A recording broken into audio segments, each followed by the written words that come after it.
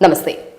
സംഘപ്രസിദ്ധീകരണമായ ഓർഗനൈസറിന്റെ മുൻ എഡിറ്റർ എന്ന നിലയിലും മോദിജി അടക്കമുള്ള ബി.ജെ.പി. ദേശീയ നേതാക്കളുമായി ഇഴയെടുപ്പം ഉള്ള വ്യക്തി എന്ന നിലയിലും രാഷ്ട്രീയ നിരീക്ഷകൻ എന്ന നിലയിലും ബി.ജെ.പി. ബൗദ്ധിക വിഭാഗം കൺവീനർ എന്ന നിലയിലും പ്രസിദ്ധനായ വ്യക്തിയാണ് ഡോക്ടർ ആർ ബാലശങ്കർ. ഈ ബാലശങ്കർ തന്റെ ഏറ്റവും വേണ്ടപ്പെട്ട ചിരപരിചിതനായ സുഹൃത്താണെന്നും മുസ്ലിങ്ങൾക്കെതിരായ ബി.ജെ.പിയുടെ ഹിഡൻ അജണ്ടയാണ് CAA, NRC നിയമങ്ങൾ എന്ന് ബാലശങ്കർ തന്നോട് പറഞ്ഞിട്ടുണ്ട് എന്നും തുടങ്ങി തലങ്ങും വിലങ്ങുമായി ഡോക്ടർ ബാലശങ്കറിന്റെ പേര് തന്റെ മൊഴികളിൽ ആകെ കുത്തിത്തിരികിയ കുടില ബുദ്ധിയാണ് സിദ്ദിഖാപ്പൻ.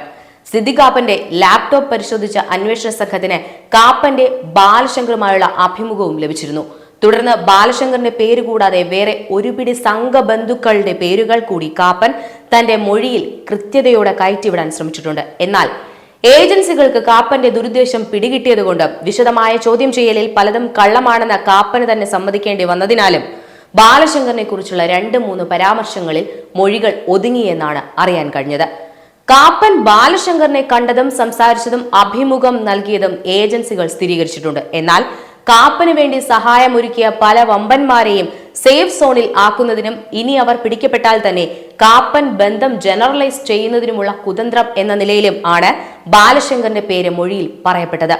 എന്നാൽ പ്രസ്തുത വമ്പന്മാരുടെ പേരുകൾ അന്വേഷണ ഏജൻസികളോട് പങ്കുവയ്ക്കാതിരിക്കാനുള്ള ജാഗ്രത കാപ്പൻ കാണിച്ചിട്ടുമുണ്ട്. ബാലശങ്കറിന്റെ പേര് പറഞ്ഞാൽ അന്വേഷണ ഏജൻസികളും ആഭ്യന്തര വകുപ്പും പ്രധാനമന്ത്രി വരെ മ്യൂട്ട് ചെയ്യപ്പെടുമെന്ന് കാപ്പൻ ചിന്തിച്ചിരിക്കണം. ഇത് കാപ്പന്റെ സ്വന്തം ബുദ്ധിയാകാനുള്ള സാധ്യതയും കുറവാണ്. ബാലശങ്കറിനെ ഒതുക്കാൻ ശ്രമിക്കുന്ന കാപ്പന്റെ രാഷ്ട്രീയക്കാരായ സഹായികളുടെ ഗൂഢാലോചനയും സംശയിക്കാതിരിക്കേണ്ടതില്ല.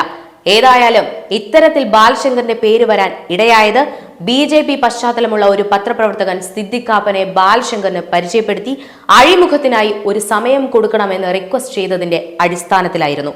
ഇതേ മാധ്യമപ്രവർത്തകന്റെ റിക്വസ്റ്റുകളിൽ പല ഉന്നത സ്ഥാനീയർ തൊട്ട് മന്ത്രിമാർ വരെ കാപ്പനുമായി ഇടപഴകിയിട്ടുണ്ട് എന്നതും ശ്രദ്ധേയമാണ്. ഈ റിക്വസ്റ്റുകൾ ഒന്നും അത്ര നിഷ്കളങ്കമല്ല എന്നത് പല സംഭവങ്ങളാൽ പിന്നീട് സ്ഥിരീകരിച്ചിട്ടുമുണ്ട്. ഇക്കാര്യങ്ങൾ ഒന്നും കാപ്പൻ മൊഴികളിൽ പറയുന്നില്ല എങ്കിലും പിന്നീട് ജാമ്യം കിട്ടിയതിനു ശേഷം ജയിൽ മോചനത്തിനു ശേഷം 2023 ഫെബ്രുവരിയിൽ ന്യൂസ് മിനിറ്റ് ഓൺലൈനിന് നൽകിയ അഭിമുഖത്തിൽ ബി.ജെ.പിക്കാരായ ചില മാധ്യമപ്രവർത്തകർ തന്റെ മോചനത്തിന് സഹായിച്ചിട്ടുണ്ടെന്നും അവർക്ക് പക്ഷേ പരസ്യ നിലപാട് സ്വീകരിക്കാൻ കഴിയില്ലെന്നും വെളിപ്പെടുത്തിയിരുന്നു. കാപ്പൻ പരാമർശിക്കുന്ന വ്യക്തികളെ പുതിയ ദൗത്യങ്ങൾ ചുമതലപ്പെടുത്തുമ്പോഴും ചേക്കുട്ടിയെ മാന്യനാക്കി ചേക്കുട്ടി ജിയാക്കാൻ ശ്രമിക്കുമ്പോഴും ബാലശങ്കറിന്റെ അനുഭവം ഓർക്കുന്നത് നന്നായിരിക്കും.